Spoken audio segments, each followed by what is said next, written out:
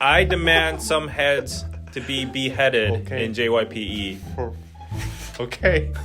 You want people unemployed and their families starving? No, and but their somebody kids are like out of school? but like professionally, like poverty? Like totally professionally speaking. Welcome to YouTube's favorite K-pop show, DK News. Danny Kim, David, lots and lots of hot ass tea from New York. Yes, thank you, Carly, for Carly. sending us some cups. I love New York cups. Our beloved Patreon. If you want to send us something, we have a post box. It's in the descriptions. Yeah. So first off, today we have Korean YouTubers getting hit hard by the Korean public for being rich. What? And being a YouTuber. And second, we have Indian artists copying BLACKPINK ice cream and Blinks are pissed. Okay, and JYPE Entertainment apologizes to BLACKPINK and their fans, and also gets criticized by their own Twice fans as well. JYPE Entertainment is not in a good situation. Lots of people copying BLACKPINK, and on to the first news. So Korean YouTubers get hit hard by the Korean public for being rich and being themselves. Yeah. That might sound weird, but here's the tea. The National Tax Service, the NTS, did a research on how much money Korean YouTubers make. And the results made a lot of Koreans mad. Why? In a lot of different ways. But before we go on into that, to give you a little bit of context, we have some other interesting statistics from Playboard, a YouTube statistics company, saying that South Korea had the most monetized YouTube channels by percentage of population, excelling India and the US in the whole world. Results showed that 1 out of every 529 people in South Korea had a monetized YouTube channel. So every 529 people you're seeing in the street have a monetized YouTube channel. Holy shit, that's crazy. Amazing. Yeah. One subway, one train has like 20 YouTubers. At least like 3 YouTubers there. For your info, the US has 1 monetized channel per every 666 people. What's with that number though? That's satanic. Yeah. Anyway, and also India, who has the 2nd most monetized channels in the world, has a rate of 1 out of every 3,633 people. That's a lot. Okay, this means that South Korea alone has 98,000 monetized YouTube channels among a 51.7 million population. That's a lot. Insane. Yeah. Everybody's being YouTubers now in Korea. So what this means is that almost 100,000 South Koreans are pursuing to be a full-time or at least part-time YouTuber. And also it means that South Koreans have the biggest gold rush or YouTube dream fantasy about being a YouTuber. To become a monetized channel, you actually need certain qualifications such as 1,000 subs and like 4,000 cumulative hours of watch time. So you do have to put some like amount of effort and time into it to get monetized. Yeah, this isn't just like them making a YouTube channel or an account and say they're YouTubers. They actually put in some work. Some dedication. This is like actual difficult standards to meet. To be honest, like hey, my Danny channel, Humble Asian channel is not monetized yet. Really? Pira is not monetized yet. To be honest, like just upload like edits of BLACKPINK BTS videos and then you'll get monetized. Okay, I just gave you the cheat key. Anyways, many articles analyzed this hype towards being a YouTuber is because of the media hyping up cases of successful YouTubers that are hitting the jackpot amongst a job market crisis with the lowest employment rate ever in Korea. So people are jobless, nowhere to go, nothing to do. Let's become a YouTuber. Yeah, according to the Department of Education in 2019, the 3rd most aspired profession among elementary school students was being a YouTuber. Another statistics showed that South Korean parents chose YouTubers as the #1 negative bad influence to their children with a 92% rate. I don't know what the other 8% is, but 92% of the Korean parents hate YouTubers. Oh boy. So there have been multiple cases of profanity, fake promotions, fake news, etc. on YouTube. You admit it, right? And this has triggered the response of the parents and the public. So anyways, on top of this, a recent research by the National Tax Service and Congress revealed that the total amount of money YouTubers earned in 2019 was $80 million. That's actually not that much considering how like 100,000 people are YouTubers here. Yeah, that's an average of $30,000 per YouTuber. Oh, that is a lot. Yeah, and this is estimated to be way smaller than the real amount of money YouTubers actually earned because only 2,775 YouTubers were investigated. And actually a big chunk of revenue is not reported to the NTS. Oh boy. We do it. Do we? Oh, 진짜요? Okay. Yeah, we do. Yeah, we got a tax bomb. Yo, we got an accountant. We got a $7,000 tax bomb. Receipts are here. Thank you for helping us out in our last video. Thank you, NTS. Yeah. You have our money now. Yeah. Supporting us, guys. Patreon.com/DKDKTV. Let DKDK be a rightful taxpayer. Yes. Yeah. Support the we do not break the law. Anyways, until now, YouTubers fell into the category of other business, but the NTS is now making a brand new category called Media Contents Production Biz or Personal Media Contents Production Biz. That sounds very legitimate. To just investigate more YouTubers, just for the sake of that. I feel the pressure here. Yeah, especially for the top 1% Korean YouTubers. Are you in the top 1%? I think so. No, we're not. We are. No, we're not. 27 of the top number 1 that were investigated were revealed to have an earning of an average of more than $600,000 a year. Okay, so definitely not in that. That's just an average, okay? We don't even cut the average, okay? Which is more than 21% of what the entire YouTuber population earns, which is more than like us, our whole entire career. Probably. Yeah. And the top 10% earned more than $200,000 a year, which is 68.4% of what the entire YouTuber population earns. On the contrary, sad music, the bottom 50% of the YouTubers earn only an average of $1,000 per year. Actually, per year. Per year. Per year. Okay, so that's like wait for the per year. $100 per month. Yeah, not monthly. So $90 per month. Anyways, very sad. Yeah. This is the reality, guys. YouTubers ain't rich. I mean, $90 per month. That's still probably like on the higher side. Yeah. For we got our first paycheck, $100 in our like 1 year. I think so. I don't really remember, but yeah, it's a hustle. Yeah, it's not easy. Yeah. Anyways, due to this report being published during the national holiday season, it was Lunar New Year's recently. Right. Koreans were infuriated in many directions to this news. There was one group that was mad towards YouTubers, calling them leeches and trash that do not contribute anything to society. That's true. And earn money from doing low life shit and dumb kids watching their videos. That's my job description. So accurate? Yeah, pretty accurate. And that all these YouTubers need to pay a whole lot of tax. Oh, I disagree. Okay.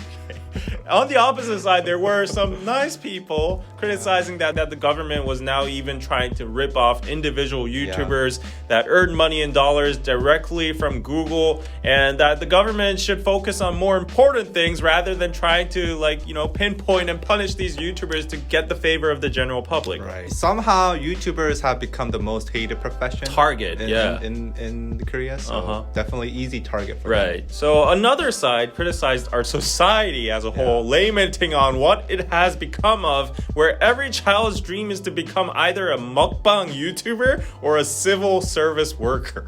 Those are two very different ends of spectrums. Yeah, but both are pretty hopeless, in my opinion. I mean, if everybody's a civil servant, then it's gonna be a very sad country. Yeah. If everybody's a YouTuber, I don't know what's more sadder. Yeah. Non-productive country. Right. Well, at least we could call it creative in some sort of ways. Anyways, play BTS NO.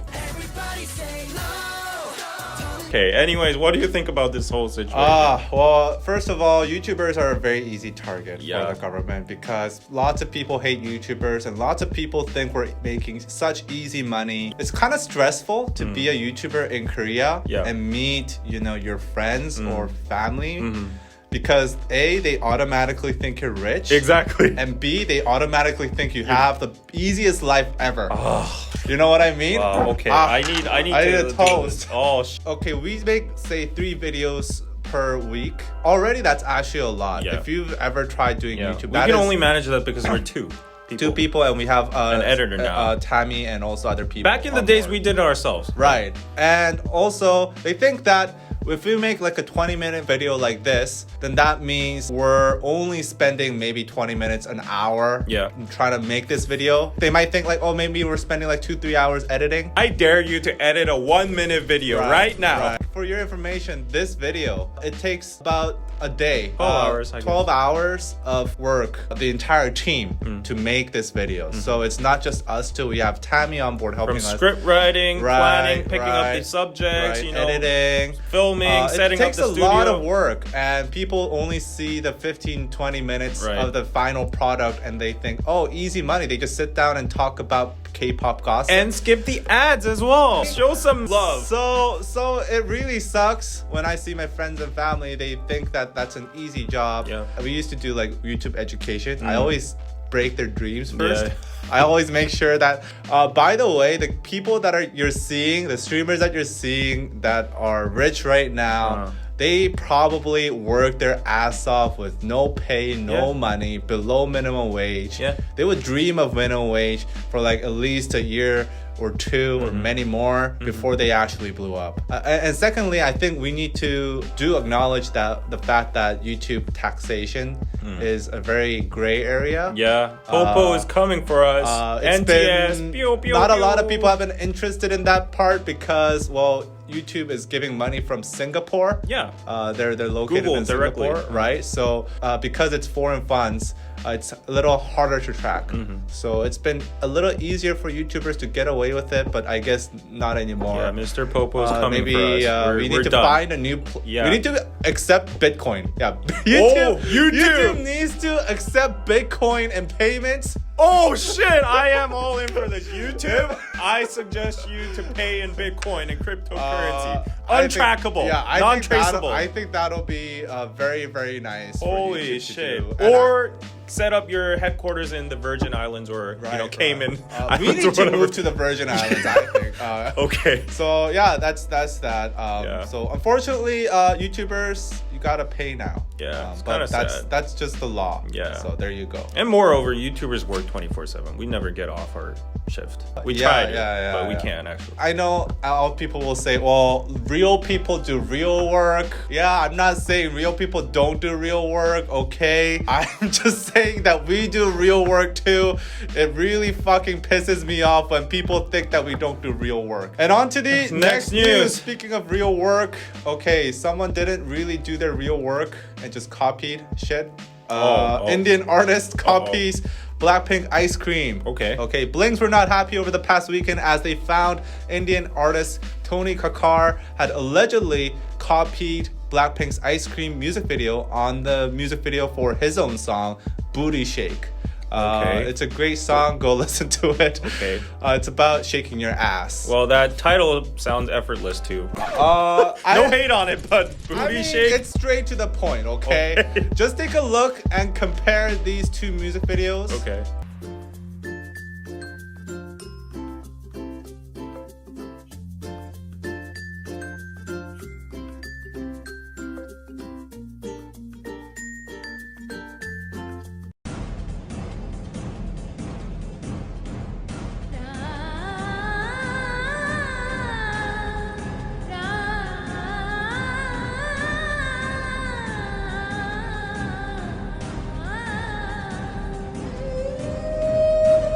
And I have to admit, the set looks extremely identical.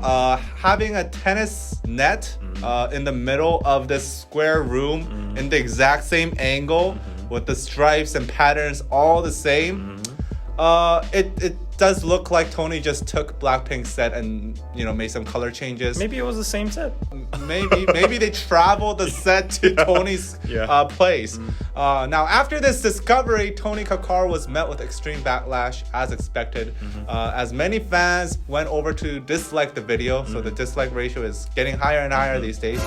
And bombarded the comment section. Wait, is this dude famous though? Like in India? Is he a well-known name or is he just... Well, I'm not sure, but from Indian standards, I don't think so, because I know like big Indian artists get like 700 million. Right. And it's kind of weird because always those Indian thumbnails, they always have the view number. Oh, right? So like someone's always changing the view count. when they hit a milestone. But anyway, he only has 15 million views. Okay, that's so it's relatively a small artist in India, I think. So Blackpink fandom can definitely attack that. Yeah. This Tony guy, this isn't the first time he copied K-pop actually. Oh really? So Shona Shona, a song released in November of 2020, blatantly ripped off B1A4's Laika movie to a point where it not only used the same exact same shots and same set design, but also just copied the plot. Wow. It was just the same music video with an Indian guy. Localization? right. Yeah, localization. Okay. This is cultural appreciation. He was also accused of copying some of IZ*ONE's set designs in the MV. So he's a big fan of K-pop. I can tell. Oh, if he's a big fan of K-pop, what did he do it in like homage? Yeah. I mean, I don't know, but I think. Was there no response from him? Yeah, no, nothing. I'm gonna make a hot take here. Okay. Ask you for a hot take. Okay. Do you think plagiarism, like in this way, is actually helpful in marketing K-pop? Case by case. In the case of Blackpink, no, because Blackpink has a bigger fandom and they don't need that publicity. Going back to YouTubers, like these days, a lot of big hit videos get banned. They get like copy striked. And that's because BTS or Big Hit doesn't need publicity anymore. Right. And I feel like Blackpink in this case, like they're bigger than this Kakkar guy. I guess this kind of plagiarism doesn't help at all and it's just straight on plagiarism. But let's say, I don't know, let me go back to like mid 2000s and there was like G-Dragon and Florida, controversy. And that all settled well, it wasn't like plagiarism.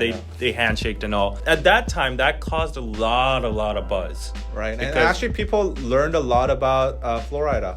And G-Dragon, vice versa, from both sides because of that controversy. So I do think when these kind of news like catch the buzz and it becomes a controversy and all, they both benefit in terms of publicity. But nevertheless, the side that is allegedly doing the plagiarism cannot be given a pass. Well, even Blackpink though, you would think that Tony Kakkar with his booty shake and Shona, I think that booty shake audience might be a little bit different to Blackpink's typical audience. Right. In a sense, they're gonna find out like, oh, who is this Blackpink that they copy from? And honestly, like if you're a fan of Tony Kakkar, you're gonna be curious. Oh, how much did he copy that? These crazy K-pop fans are all over the comments, right? Yeah. You're gonna check it out, and then you see like, this is good. This shit's actually good. Oh yeah. It just slaps. Stand Blackpink. And then they get into Blackpink.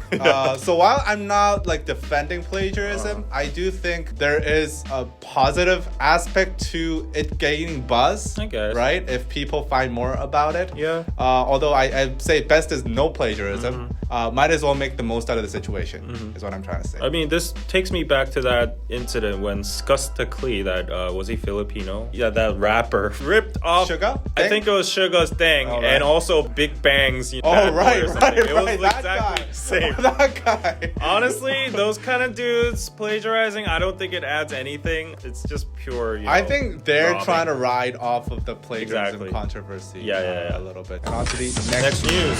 So speaking of Blackpink, JYPE apologizes to Blackpink and their fans, Blinks, and gets criticized also by their own fandom, Twice fans as well. So recently, JYP Entertainment uploaded their music video of Twice members Dahyun and Chaeyoung covering JYP and Rain's collabo song 나로 바꾸자, Switch to Me. While the video itself was very enjoyable, a slight controversy occurred related to the outfit Dahyun wore in the music video. Many who saw the music video pointed out that the similarity of Dahyun's Hanbok and Jisoo's Hanbok from Blackpink's How You Like That MV, the resemblance was very high. Honestly, no hate on Dahyun, but Dahyun's version of the Hanbok looks like a knockoff version of I say Blackpink's version was a little bit better. Yeah, exactly. And there's a reason to that. While this controversy was going on, the stylist who participated in designing Blackpink's hanbok posted on social media a custom hanbok of my design that I didn't design? What the hell am I seeing right now? Speaking of plagiarism again, someone must have just got that idea from somewhere and just, maybe he or she dreamed it. Anyways, this designer was confused as fuck. So this added fuel to the fire as it confirmed that the Hanbok and Twice's music video was not from the original designer. And afterwards, many Blackpink fans posted arguments on various online communities saying that JYP should clarify about this issue. And as a result of this, surprisingly, JYP put out an apology statement and they sincerely apologized to the fans and the original designer and explained that they had purchased the particular hanbok from a hanbok retail shop but failed to recognize the similarity beforehand. They put it in the music video. So after the apology, JYP even deleted the original music video version and switched it with a new one that did not include the hanbok outfit inside it. So big respect to JYP's honestly, swift that must have response. been a very difficult decision. Yeah, it's a hassle, and also their apology was like fast. Lots of costs there. They directed the apology to the right people, the designer and the fans as well. Yeah. And because of this happening, though, the Twice fans got mad because many onces claimed that JYP wasn't doing their job straight, and the girls were getting backlash for it. Some Korean comments said, JYP has a huge problem if they did not recognize the resemblance while they were preparing this. Blackpink's music video has literally millions of views. Why did they have to accidentally get into controversy with the competitor group? And yeah, I agree, because like even as K-pop YouTubers, we watched Blackpink's music video, and in plain eyesight, you could see that it is very similar. And this is not just like regular hanbok, it's very modified. Yeah, very modified. Modernized. So obviously the design is really gone far from the traditional look. And it's really hard to believe that you're in the same K-pop entertainment sector. I mean, you're the direct rivals, okay? You're not even like some random ass group. You're literally Twice, Blackpink, two of the biggest girl groups. Yeah. You watch each other's shit all the time. And for a music video production, there's literally hundreds of staff included in the process. And I'm very surprised that none of them recognized the similarity and just went on with it. In their defense, they might have just thought it's hanbok. Right. You know, it's not really like... Because hanbok is, again, traditional clothing, even though this one was highly modified. It is still hanbok in its essence. So this was supposed to be some special event for Seollal, the Lunar New Year's. So for them, it was just like, oh, we're just wearing some hanbok. But still, you know, the resemblance, it's hard to brush off. But anyways, some international fans also trended the hashtag Free Twice and JYP out. That's a little dramatic. Yeah, saying that Twice deserves better. So there was a whole ass controversy about this hanbok. Like China's claiming hanbok is theirs. There's plagiarism going on. You know, what do you think about this? I have a very mixed opinion on this. It does seem weird that they would not recognize hanbok. That's literally looks very, very similar to what their direct competitor wore. This isn't just some like random ass like TXT wore this and then Twice or this. If that was the case, then I would have been like, oh, maybe you didn't know. But it's literally Blackpink. But like I said, in their defense, hanbok is hanbok. So for them, it was like, oh, it's just modernized hanbok. And they didn't think really much of it. And since this isn't like a proper music video, it's more like a fun thing, special video that they did to, you know, cover JYP's song and to give fans something to watch during Seollal. I think a lot of the people didn't really look into it too heavily, deeply. So there was a little less research done maybe. I want to kind of defend the staff members there too. If they picked it out from a hanbok store, they wouldn't have maybe thought much of it because hanbok is hanbok. How controversial can it get? Okay, now I have to kind of fight you today. Let's fight. I would be on your side normally. I would give them a pass. You can overlook that sometimes. But looking through history, I cannot give a pass to JYP Entertainment this time. There were 3 consecutive faults in Twice MVs in the past history. That whole structure thing. That structure thing, there was also a fancy plagiarism issue. And this, again, they said time after time, they're sorry. We're gonna check with the production staff. We're gonna check with the music video crew, whatever.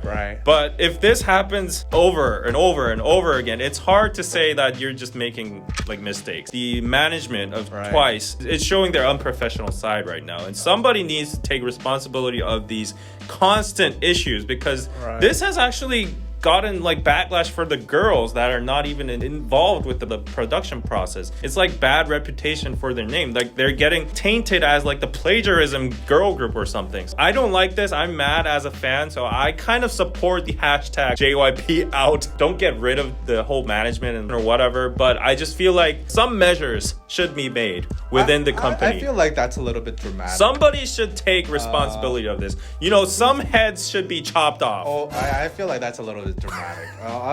I mean, it's their fault that they didn't do enough research. How you like that is not research. Literally, if you have interest in K-pop in general, that has like a literally billion views. Involuntarily for like 300 times if you're living in Korea. But okay, I agree. That Hanbok was spotlighted even on Naver multiple times as like a very spectacular. It's fucking dumb. Yeah. Actually, so I was over the weekend. I'm kind of addicted to the app Clubhouse. Okay. I was actually talking to some K-pop music video directors, asking them about like music video production. And one of the things that stuck out to me was this person's like directed major idols. Okay. And one of the things he said was, unless it's like someone big that's like gonna sue your ass, they're usually like just trying to get over it. So recycle content. Not recycle. Not recycle, but more like they don't worry as much if it's not someone who's gonna sue That you. is not the right mindset. Oh my god. I don't know who that director is, but like I have no respect But for actually lots of people said that to me. Okay, Like, whatever. I was in a room. That doesn't work with my work ethics. So that's what I said. If it doesn't get caught, then it's okay. Anyways, like I feel like this was even worse because, you know, the direct competitor, BLACKPINK and Twice, like, you know, they got the caught. worst so that's mistake not okay. ever. They got caught, so it's not okay. But if they pick some smaller group, maybe it was okay. I demand some heads to be beheaded in JYPE. Okay. You want people unemployed and their family starving? No, and but their somebody kids are like out of school? but like professionally, like poverty? Like totally professionally speaking, if this happens multiple times and the problem doesn't get fixed, someone needs to take responsibility inside. Someone needs to take the bullet. You know, you need JYP, maybe? No, I mean, he's the root of the problem. You need a reformation. He made that song. No, he's the one that's the problem. There's no. Why do you make no them correlation? Cover your freaking song? No, that is not. You know that was the biggest. That logic thing. is weird. The weirdest thing for me, like. Why the fuck is he making Twice cover his song? That is no logic. But anyways, I need somebody to take responsibility. Not the girls, not Twice, but somebody in the management or the production. Okay, there you go. We're gonna talk more about this. Whose head needs to be chopped off at JYP. Oh my god. And patreon.com/DKDKTV. In the after show, you can chat with us live and discuss and debate. Yeah. The time is here below. We're gonna have a live guillotine performance here. And we're gonna go through the JYP, employment. Right, there's a tree, and then like, this dude needs to get off his seat. Electric chair. Yeah. And I'm gonna tell you some more shit about Clubhouse. Oh yeah, and like the inside. I was like, I got a lot of it. I talked to a lot of K-pop label people. And also, let's talk about our lives as a YouTuber, being a Korean YouTuber in general in Korea. Yeah, we'll tell you the real hardships and real, shit we go through. Also on Clubhouse. People disrespected me so hard, man. Being a YouTuber? Yeah. Shit. Okay. Especially those K-pop people. Oh, really? Oh, them though? Like you guys have no, they might be watching this shit because they were like, let me subscribe to you. I wasn't in that Clubhouse, so let me fucking behead you. I'm coming for your ass. Patreon.com/DKDKTV. Okay, we'll talk about coming for the hot tea. And we'll see you guys next time. Bye.